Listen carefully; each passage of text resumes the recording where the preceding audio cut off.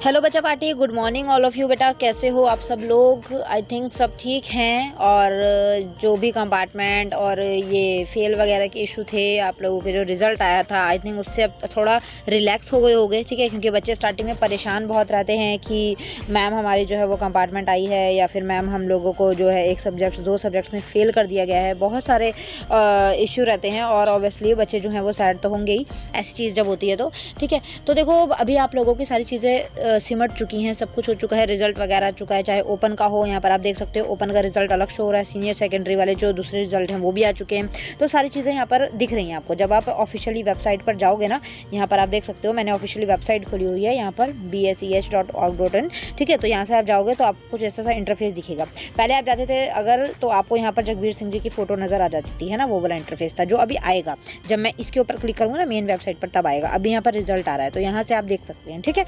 अब बात आती है कि बच्चे जो हैं कुछ मेजर डाउट्स जो पूछ रहे हैं, और मैंने लास्ट टाइम बताए थे, लेकिन कुछ डाउट्स जो है ना वो रह जाते हैं। तो मैंने सोचा मैं उस पर एक वीडियो लेकर आऊँ, ठीक है। चाहे आप 10th में हैं और चाहे आप 12th में हैं, ठीक है। तो इसके अंदर मैं आप लोगों को देखो हर जितनी भी सिचुएशंस आप लोग फेस कर सकते हो उसके सॉल्यूशंस बताऊंगी। तो वीडियो को ध्यान से देखिएगा, हेल्पफुल वीडियो रहेगी आप लोगों के लिए, ठीक है बच्चे। ओके, तो देखिए सबसे पहली चीज़ कि अगर आप यहाँ पर देखें, मैं मेन वेबसाइट पर अगर क्लिक कर रही हूँ तो यहाँ पर आप लोग देख सकते हैं किस तरीके का आपको इंटरफेस मिलेगा। ये देखिए मेन वेबसाइट आ गई, ठीक है। अब बात आती है कि बच्चे जो है पूछ रहे थे कि मैम कंपार्टमेंट के फॉर्म निकल चुके हैं या नहीं निकले हैं, या जैसा भी है कैसे सारी चीज़ें होंगी। तो यहाँ पर आप देख सकते हैं, जब आप नीचे जाएंगे तो यहाँ पर कंपार्टमेंट के फॉर्म जो हैं वो निकल चुके हैं, ठीक है। ये देखिए कंपार्टमेंट एप्लीकेशंस जो हैं वो निकल चुकी हैं। ये उनके लिए हैं जो ओनली 1 सब्जेक्ट में क्वालिफाइड नहीं हुए हैं, 1 सब्जेक्ट में, ठीक है। और एक चीज़ बच्चे जो आप लोगों को डाउट रहता है कि मतलब जितनी बार मैंने बताया है उतनी बार ही बच्चे कमेंट करते हैं, और अभी भी ये वीडियो जब ख़त्म होगा ना तब भी वही सेम कमेंट करेंगे। मैंने आप लोगों को बता रखा है, जैसे कि मैंने बोला हुआ है कि अगर आप लोगों को मान लो मैं यहाँ पर बताती हूँ, थोड़ा सा रुकिए, थोड़ा सा क्लियर, हाँ यहाँ पर बताती हूँ। जैसे मान लीजिए आप लोगों के मैथ्स में कंपार्टमेंट आई है, ठीक है। मैथ्स में अगर आप फेल हो गए हो और नीचे जो है वो क्वालिफाइड लिखा है, ठीक है, नीचे क्वालिफाइड लिखा है, तो मतलब ये है कि आप पास तो हो गए हो, ये चीज़ क्लियर है कि आप पास हो। लेकिन आप एक एग्ज़ाम होता है एडिशनल क्वालिफाइड, ठीक है, उसके तहत आप लोग पेपर दे सकते हैं। लाइक कंपार्टमेंट ही है, कंपार्टमेंट का मतलब फेल नहीं होता, आपको दूसरा मौका दिया जाता है उस पेपर को पास करने का, ठीक है। तो क्वालिफाइड अगर लिखा है पास हो, लेकिन अगर आप मैथ्स में पास नहीं हो तो आपको एक चीज़ ये वो बोल देंगे कि एक लेटर था वो जो मैंने बताया भी था आप लोगों को, कि जैसे मैथ्स में फ़ेल हो और अगर आप by chance 11th 12th college इसमें अगर आप मैथ्स लेना चाहो, आगे का सोच के चलना, ठीक है। अगर इसमें आप मैथ्स लेना चाहोगे और आपके 10th में मैथ्स नहीं होगा, अगर आप फेल हुए होगे उसमें, तो आपको मैथ्स वो लोग नहीं देंगे, ठीक है बच्चे। क्योंकि 10th की डीएमसी ही आपका बेस होती है, वो मिलती है, तो आपको 10th की डीएमसी के बेस पर ही वो लोग आगे एडमिशन देंगे। तो अगर मैथ्स में उसमें फेल हो, क्वालिफाइड लिखा है पास हो, वो चीज़ क्लियर अलग अपनी जगह है, लेकिन मैथ्स में फेल हो, है ना, तो मैथ्स में फेल का मतलब है ये बच्चे ने मैथ्स क्लियर नहीं किया है, तो उस बेस पर आपको आगे एडमिशन मैथ वाले सब्जेक्ट जो है वो आपको नहीं मिलेगा। एडमिशन तो मिलेगा, मैथ्स सब्जेक्ट में नहीं मिलेगा, ठीक है। तो आई थिंक ये डाउट आप लोगों का शायद क्लियर हो गया है, ठीक है ना। अब मैं बताती हूँ आप लोगों को CTP के फॉर्म और STP का फॉर्म, ठीक है। ये दोनों फॉर्म आप लोगों ने सुने ही होंगे, पॉलिसीज होती हैं ये जिनके तहत पेपर होते हैं। तो CTP का पेपर के तहत कौन से बच्चे देंगे? जो रेगुलर थे, ठीक है, जो रेगुलर थे और जो 2 से 3 सब्जेक्ट में फेल हुए हैं, जो 2 से 3 सब्जेक्ट में फेल हुए हैं वो CTP के तहत एग्ज़ाम देंगे, रेगुलर वाले।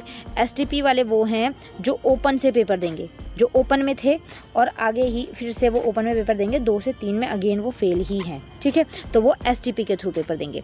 ये सिंपल सा मतलब इसका ये होता है कि CTP जो है वो रेगुलर वालों के लिए होता है, STP जो है वो ओपन वालों के लिए होता है, ठीक है बच्चे। ओके, ओपन से ओपन में देना है अगर तो STP है, क्योंकि ओपन में वो पहले ही था बच्चा, उसकी दोबारा से कंपार्टमेंट आ गई, ओपन से वो कर रहा था, उसकी कंपार्टमेंट आई है तो वो STP में देगा। CTP वाले जो रेगुलर थे, जो अभी बच्चे सिलेक्ट हुए थे, मतलब रिजल्ट आया था और उनका कंपार्टमेंट 2 सब्जेक्ट 3 सब्जेक्ट में फेल हुए हैं, तो वो CTP के तहत पेपर देंगे, ठीक है।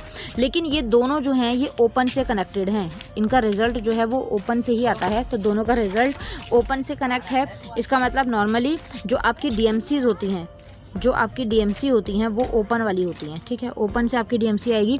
सिंपली इसका मतलब ये नहीं है कि आपके DMC में कोई फ़र्क होगा। जैसे बच्चे पूछ रहे हैं कि मैम हमारी DMC जो है वो ओपन से आएगी या फिर रेगुलर से आएगी, तो रेगुलर वाली आएगी या ओपन वाली आएगी, तो उसमें कुछ भी फ़र्क नहीं होता, डीएमसी सेम होती है। और मैटर ये करता है कि आपके मार्क्स जो हैं वो कितने आए हैं। आपके मार्क्स HBSC में चाहे वो 10th हो चाहे वो 12th हो, आपके मार्क्स कितने बन रहे हैं, तो वो चीज़ मैटर करती है। ऐसा कुछ नहीं है कि डीएमसी आपकी थोड़ी सी डिफरेंट होगी या ओपन में कुछ और होगा और रेगुलर में कुछ और होगा, तो आपको वो उस चीज़ में डरने की ज़रूरत, घबराने की ज़रूरत नहीं है। ठीक है बेटा, तो आई थिंक ये डाउट भी क्लियर हो गया है। अब कुछ बच्चे जो हैं वो ये क्वेश्चन कर रहे हैं कि मैम हम 2 सब्जेक्ट्स में फेल हैं या हम 3 सब्जेक्ट्स में फेल हैं, तो अब आगे जाके क्या होगा। तो उसके अंदर 2 ही सॉल्यूशन है। एक सॉल्यूशन तो ये है कि आप लोग स्कूल में जाके एडमिशन्स के लिए पता कर सकते हैं 10th में अगेन, कि हाँ भाई हमारा 2 सब्जेक्ट में हम फेल हैं तो हमारा एडमिशन हो सकता है या नहीं हो सकता।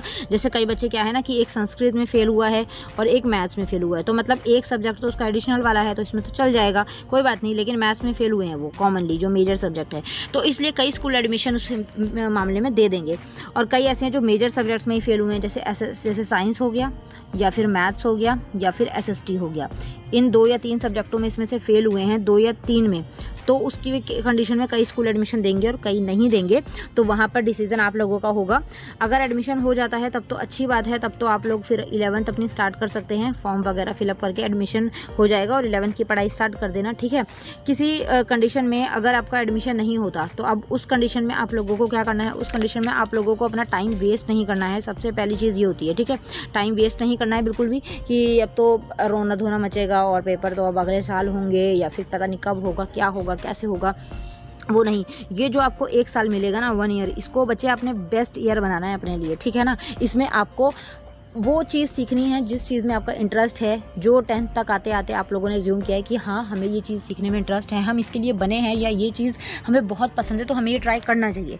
ठीक है, अब उसको आप नेगेटिव वे में मत लेके जाइए। ठीक है, आपके जो शौक़ हों, आपके जो भी शौक़ हैं, जैसे कि आपको कंप्यूटर बहुत पसंद है तो आप कंप्यूटर में डिप्लोमा कर सकते हैं।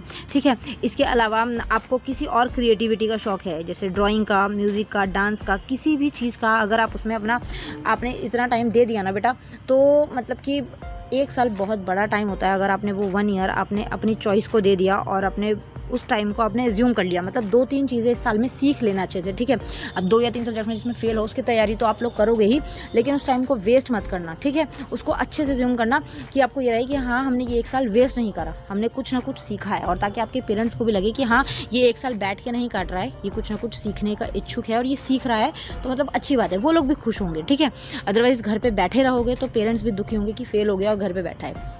तो इस सिचुएशन को इस तरीके से फेस करना है। ठीक है, अब बात आती है कि बच्चे ये पूछ रहे हैं कि मैम पेपर कब तक होंगे।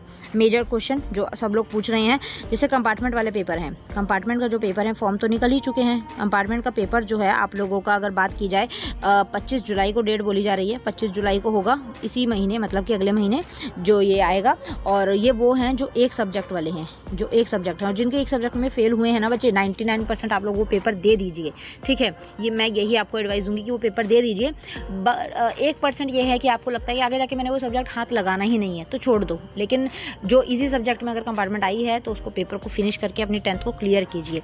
ठीक है, ओके, तो ये चीज़ आई थिंक क्लियर हो गई है। अब इसके बाद में जो बाकी के हैं 2 या 3 सब्जेक्ट वाले, तो उनका पेपर जो है वो नेक्स्ट ईयर होगा। ये चीज़ भी आप ध्यान रख लीजिए, नेक्स्ट ईयर होगा। नेक्स्ट ईयर मार्च में, जब 11th वालों के या 10th वालों के पेपर होते हैं ना, तब आप लोगों का मार्च में एग्जाम होगा, तो उस चीज़ को आप ध्यान रखिए। और इस साल में जो है जितनी चीज़ें हो सकती हैं वो सारी सीखिए, नॉलेज लीजिए और अच्छी अच्छी चीज़ें सीखिए। ठीक है बेटा, ओके।